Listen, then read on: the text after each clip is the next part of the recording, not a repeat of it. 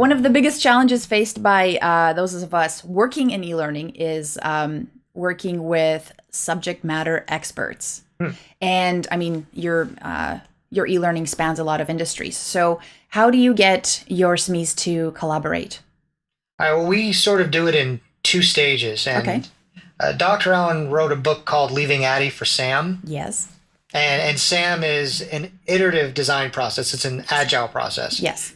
So I have my way of discussing it with people that don't know the process. So this is not the Allen Interactions way of describing it. It's sort of my way. Okay. Is there's two ways to attack content. You either look at the content from a organizational standpoint, or you look at it from an activity standpoint. So I taught college for 10 years. Yes. And let's say I had some activities like some kind of a student participation game, or I had a group project, or maybe I'd let the student be the teacher. Yes. Then what I do is I look at my content and say, you know what, 80% of my content fits one of these 5 activities I already have.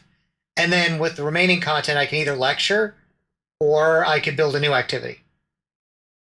If you take that approach, then from a subject matter expert standpoint, it's easier because you tell the subject matter expert, look, this is how we're going to teach this type of content.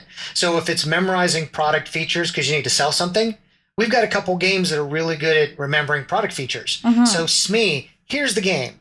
Okay. Like, here's Jeopardy. What should the answers be? What should the categories be? How much money should this question be? Yeah. Not that I say Jeopardy is a great way to teach, because you don't necessarily play Jeopardy on your job. But, if you have to memorize a bunch of facts, if you had some design Yes. where it was a good way of memorizing facts, like you have a customer and you have 10 customers, you really quickly have to say, these are the features that match this customer, and then you hit a button and it scores you. Taking that to a subject matter expert, we can get content from them. Yes. If you ask the subject matter expert to be part of the design of the game, and they could say, I know, like you want to do 5 customers, then hit the buzzer, or I want cash. Like what happens in the real world? They're great at having input as you're creating prototypes of the game. What they're bad at is, please write me 500 words on this feature. Yeah. Please write me 500 words on what benefits would sell this customer. And then that's where you struggle. So we said, we're not going to do that. We're going to have you when we develop these activities. And if we already have activities or the activities you've helped design, we say, please populate them. And again, Jeopardy, just from a philosophical standpoint, if they helped us build the game of Jeopardy, and then they gave us categories and questions and dollar amounts, they are very involved.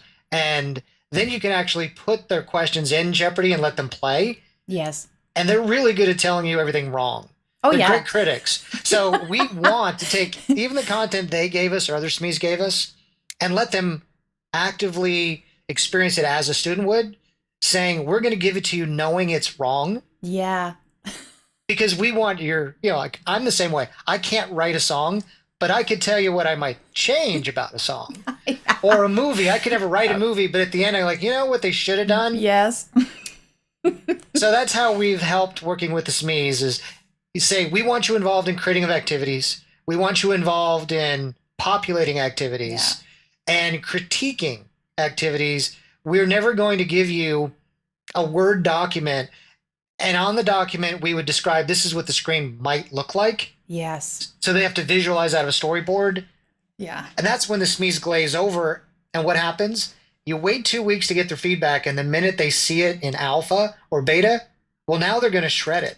Now they're going to give you all the feedback, like, why couldn't you tell me this before? Yeah. So we try to skip that step. Smart. No, I think you're right. It's almost like the other point of it is that you are trying to almost have no ego when you give them that first, because like you said, it's going to be all wrong. It's going to be all wrong. And I mean, if 30% ends up getting passed, we feel pretty good. Yeah. Yeah. We did work with HSBC in Hong Kong. Yeah. And they were so big on saving face that we could never get them to critique. We had to make it so bad that they had to critique because they thought we would lose face if anyone ever saw what we wrote. I love that. I love that approach because a lot of people say that you have to get the client comfortable with exactly, that giving feedback is okay. You're not going to Yes. be punished for it, right? Ah, that's awesome. Okay. So hopefully that answers your question. Yes, it does.